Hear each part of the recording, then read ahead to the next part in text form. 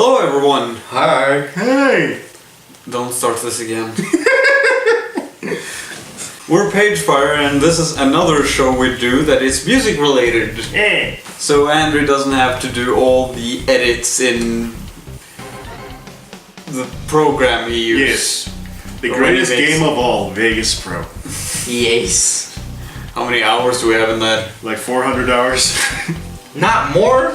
You gotta pump up those numbers, rookies. I can't beat the final boss. Render. It won't render properly. This is the show Underground Spotlight.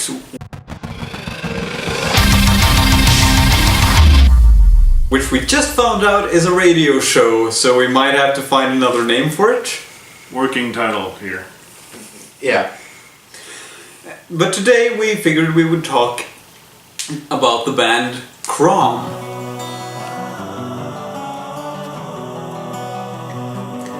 Crom is a German band recorded by one man named Walter Grosse. I'm not sure how to pronounce it, but I'm never sure how to pronounce anything, so you know. Walter Grosse, maybe? Maybe. But yeah, it's recorded by one man and is based on mythology and fantastic stories. Because I know the man, he has actually sent me some answers, which is probably going to be a first and a last for Underground Spotlight. So what actually inspired the band, I asked him, and he said, of course, Crom's creation was inspired by Great Bethany and its mastermind Quorthon. Is that right? You're the metal guy. Quorthon. I said it right. In the beginning, I always wanted to create songs that sound like Bethany as much as possible. Later, when I played guitar at the well-known black metal band Dark Fortress, I realized that only playing the guitar is not enough for me. So after my split with Dark Fortress, I finally had the time for creating my own epic style of music in the vein of Bethany. So that's super interesting. Yeah. For us who know of Crom, and the fans, and no one else, because sadly there aren't enough fans of Crom. Again, why we're doing this. So I found Crom, so it's my responsibility to tell you how I found it and how I introduced it to these two people. Well, I can start with how I introduced it to you. I tied you down to a chair and I forced you to listen to it for 3 straight hours. Best Valentine ever. Now I had watched the movie Secrets of the Kells, which is a really good animated movie with a really unique art style, and I decided that I wanted to investigate one of the main antagonists named Crom, which turned out to be an ancient Celtic blood god, or cannibal god, who ate people and demanded human sacrifices. Now there's no record of that actually happening, but that's the story behind him. Oh, it's not from like Crom, like munching on dead bodies. Crom! Crom. It's not like a gangster who wanted Crom rims. Oh, hey, what do you want your rims to look like? But anyways, one of the first things that I actually found while searching up Crom was this band, and I was amazed. I think I describe Crom as depressive power metal, personally. Now, what do you? Same basically, depressed power metal. Usually when you listen to power metal, it's very upbeat and lifty. That's the word now. I'll let it go this time. Because usually power metal is very uplift and fills you with energy and power. And Crom's music has this melancholy tone. Like there's some epic parts, there's some great guitar leads and vocal lines. And now that you mentioned like it's partly inspired by Bathory of the band or the god? The band, I would presume, because he said it was inspired by the sound. And gods aren't real, as far as I know. Because Bathory also invented Viking metal. Fun fact. Ooh. Although they did it, of course, in a very black metal style with low, growly vocals. And it's almost like Bathory but without the growls. Bathory but clean. Bathory but good. What do you think, Martin? Maybe I shouldn't have asked the music expert before going to you. Now your answer will seem incredibly inadequate. It's good. To me, it's really calm.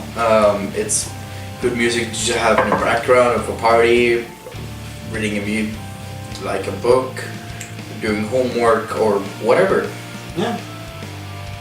Really showing our age and experience here, talking about how it fits doing homework too. We're old as shit.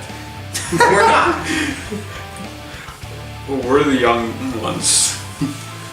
But in YouTube age, we're like ancient. Heroes, we remember Star Wars, kid. That's the worst part.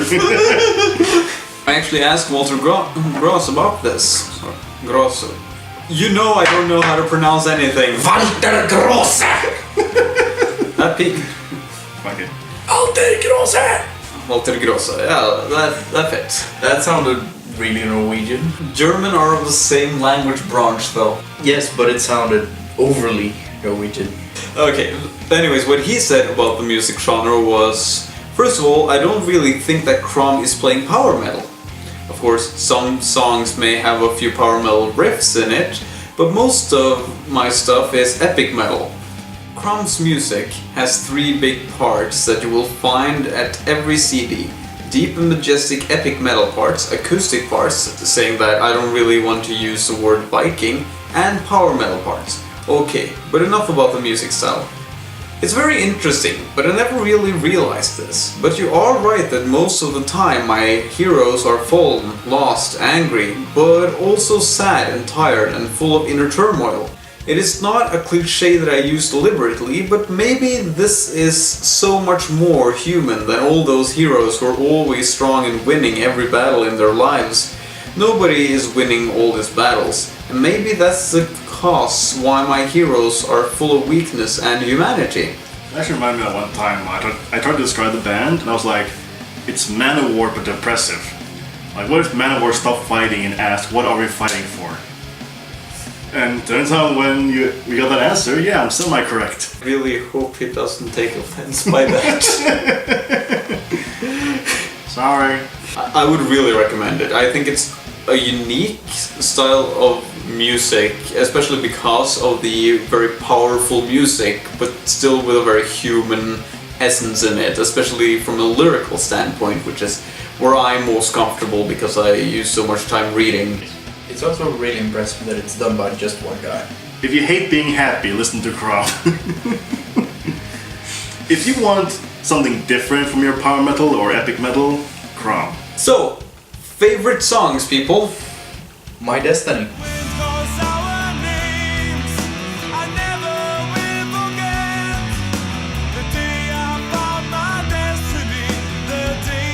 It's really calm music and it's a good introduction. My Destiny as well, but I also recommend Wings of Fire.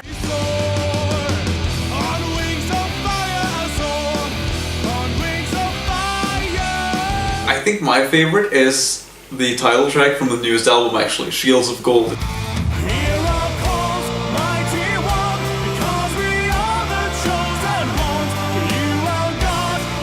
It just has this really good power in it, and while it might not be as good an introduction as My Destiny, I feel that it more than lives up to the legacy. We will end this video by giving you a send-off from Walter Gross, or however you pronounce it. Sorry. Because I asked if he had any message to his fans, and he did. During the last recording session of When Northmen Die, I thought about closing the book and finish Crom. I was frightened about losing my creativity and was not sure about Crom's future. So I decided to try to write some new songs and then decide. But I can say that Crom has still enough ideas and creativity like it had in 1997. Half the new album is written, and I'm sure that the new album will not take another 6 years. Maybe some fans will find the time and the right place to visit Crom with a fixed live lineup for the first time in Crom's history and watch us bring epicness onto the stages. Thanks to all the fans who were listening to Crom since the very beginning, and maybe Crom will find some new fans with the help of Pagefire. Yeah. Spotify in the description. Yes. Thank you so much for watching, thank you to Walter Gross for actually answering our questions, and farewell! Help me on the meet some more.